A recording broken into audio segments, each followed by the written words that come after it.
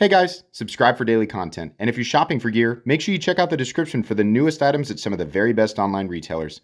There's also links for some of the items that I personally recommend. Thanks! What's going on YouTube? Metal Complex here, and today I've got quite the wild one for you. Oh my goodness. First of all, I need to apologize to everyone. I should have had this up much sooner.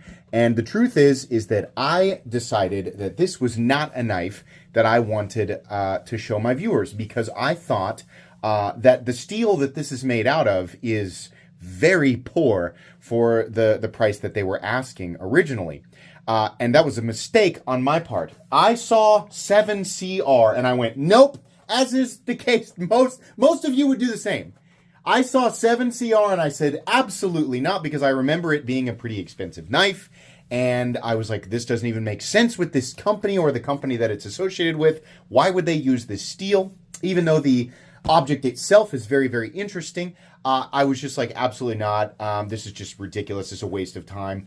I was completely wrong. So I wanted to apologize to you guys and the company behind this knife. The steel is actually, I had to write it down, 7CR7MO2V2SI, which is not the same. I cannot find the information on this steel on Z Knives. It is apparently very similar to Japanese DC53, which has fairly high hardness and pretty good edge retention, but the magic element is the incredible toughness that goes along with it. My understanding is that fixed blades and heavy-duty choppers are made out of stuff like this. DC53 is compared slightly with Sleipner. So I'm not saying this is Sleipner, but they're all kind of related. It's in that general vicinity. Now, obviously, that's a much more premium blade steel, right? Here's the problem, guys. It sold out. That's why I'm apologizing to you, because I'm showing you something that is no longer available and has apparently been wiped clean of the internet. The listing is not even there. So consider this more of a historical upload. We're going to look at something that truthfully makes no sense. This video, the point of the video today is not to determine whether or not it's practical. It's not practical, but it is cool. And I don't know what the original price tag was. So I'll still link the website that it came from down in the description, but this knife will not be listed there. I'm sorry that I didn't get it uploaded sooner. That was my fault. Thanks to my patrons for supporting me. Make sure to follow me on Instagram, and also make sure your notifications are turned on for the Metal Complex YouTube channel. I'm sorry about that intro there. Okay, so this is a fixed blade, and this is the weirdest fixed blade that I have ever seen. It came with a whole bunch of stuff, this big container. It came with 2 different sheaths. This, I guess, it comes with that. I don't know. So, and then there's a whole bunch of paracord, and I imagine it's because you can wrap the handle. This is the other sheath that it comes with. So here is the knife. Pretty crazy. There's a lot going on here, but the craziest thing is the handle is not separate. The entire knife is made from a single block of this material. Now, I've had this for a bit. It did not have these little nicks on here. That wasn't a part of it. I've kind of been playing around with this because, like I said, I was under the impression that this was made out of 7CR17 MOV. If it is news to you that 7CR17 MOV is bad steel and your favorite knife is made out of that steel, sorry. 7CR17 MOV is not a good composition, but that's not what this is made out of. I was kind of playing around with this because I was like, well, okay, it's still cool though. Like it's crappy and they wanted way too much. Like it's crappy blade steel and they wanted way too much money for it, but it's still kind of neat, right? Well, it's not made out of that. It's made out of something that is far more purposeful considering the design. The problem, as you could probably all guess, is that this is ungodly heavy. It is oh my goodness. It's nuts. And also the blade stock on this thing is, I would say probably at least a 1/4 inch. So let's measure here. And it's, it only maintains that thickness out to about like right here, but I bet it's even thicker. It's 270 thousandths. The handle, maximum thickness on the handle, let's make sure that we're still 0 there. Maximum handle thickness 706. So, yeah, it's robust, to say the least. So, let's weigh it. Now, obviously, you know, the design with a lot of fixed blades is to have a smaller tang, or, you know, a flatter tang run through the handle, and then you attach, you know, two lighter weight, you know, scales. Usually, you know, maybe micarta or G10, maybe you paracord wrap it, whatever. But this saves weight and also creates a more ideal balance. This knife, truthfully, the balance is right behind the guard here, but on a fixed blade, I believe you want the balance forward a bit, and not at all. It's incredibly butt heavy from there. I do have to say though, ergonomically, this is I don't know, like, it feels pretty comfortable, but it's kind of hard for me to focus on that because I'm like, oh my gosh, like, it feels indestructible. It is the most solid feeling, and I don't know if my brain is tricking me there, and I also have absolutely no idea exactly how tough I think it's DC-53, that, like, Japanese DC-53 or this obviously Chinese equivalent to it. I don't know exactly how tough it really is. I also find it interesting that we have a bit of a compound blade here, and we have these big, you know, almost like ruffles, grooves in here. I don't think that this is going to make it easy to cut. I think using this as a tool would probably slow you down a bit. It is sharp on both sides. We have a little bit of a bayonet grind over here. This one quite a bit thicker. So I don't know if the idea was combat knife or survival knife, or just really cool sort of tactical knife. I'm not sure that it fits in any role, but I do need to point out that I'm not an expert in any of those areas. I'm just guessing. I will go ahead and weigh it for you. I imagine that this knife will spark a lot of interesting conversations, especially considering it no longer exists anywhere on the internet. I mean, seriously, you cannot find this knife anywhere unless they decide to make it again and restock it. It's literally gone. Like, the images are scrubbed a bit. So this weighs a pound. 1 pound fixed blade. Let me see if I have a similarly sized fixed blade over here. Yeah.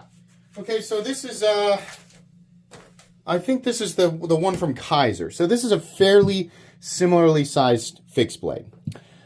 And then we have the tang that runs in it, at least down to this second screw, right? So this knife here weighs a little more than half, right? 7.7 ounces, a fairly large fixed blade. So doing this, if you have ever wondered, why don't they ever make the entire blade out of that material? I'm sure there are a lot of reasons. I'm sure there's a ton of different reasons why you don't do that. It's kind of like the reason that a screwdriver, for example, is not made all out of one piece of material. And I think it's the idea that, if electricity were to be conducted through the screwdriver head, well, then you'd get zapped, right? I believe that's the case. I'm sure that, a lot of knives similarly are built that way because you don't want to electrocute yourself. Now, this wouldn't make sense for knives that have an exposed tang, but maybe there's some logic there. I also worry about, like, if you're going to use something like this to chop, I wonder if it being all one piece of material, that it's like kind of a weird shock to the hand, to have all of that transferred directly to your hand and not partially into another scale material. Again, theorizing, I don't actually know, right? If there are other reasons besides weight and some of the reasons that I listed that this is not done, then feel free to let me know. I'm completely and totally open to that. It does appear to be made exceptionally well. This is, I'm theorizing here, again, guessing. Say theorizing, I'm guessing. Because a lot of this stuff is sold on the Exclusive Knives website, and they have a tight relationship with Poicolo and Mundus and many other brands, I wonder if it's all exactly the same OEM. It's pretty high precision, and so I'm not really sure. Just something to point out there. I'm not sure what the purpose of the grooves are, and also the fact that the guard is angled slightly down is a bit awkward. It makes it slightly uncomfortable when you're choked way up like that. But do I think that this knife could survive a pretty serious destruction test? Yeah, I think so. excuse me, outside of the tip, which really isn't even all that thin, outside of the tip perhaps being the thing that would take the most damage the quickest, I think the rest of the knife is pretty ridiculously robust. I don't know what it would be good at, what it would, be ideal for. I don't know. I'm interested to read your guesses. This knife has not really been used at all, and I can tell you that edge back there, while it does look nice, it's not really very sharp. The front edge, a little sharper, but not incredible, right? Tip, obviously sharp. How about this initial edge? That one's also sharp. So this is sharp, but it's almost like in between a Dulce wedge and an actual edge. Like, yeah, it can cut. It can cut. It just takes a little bit to bite, right? It does not feel like I can absolutely feel those ridges there. It's actually making the paper slightly difficult to cut.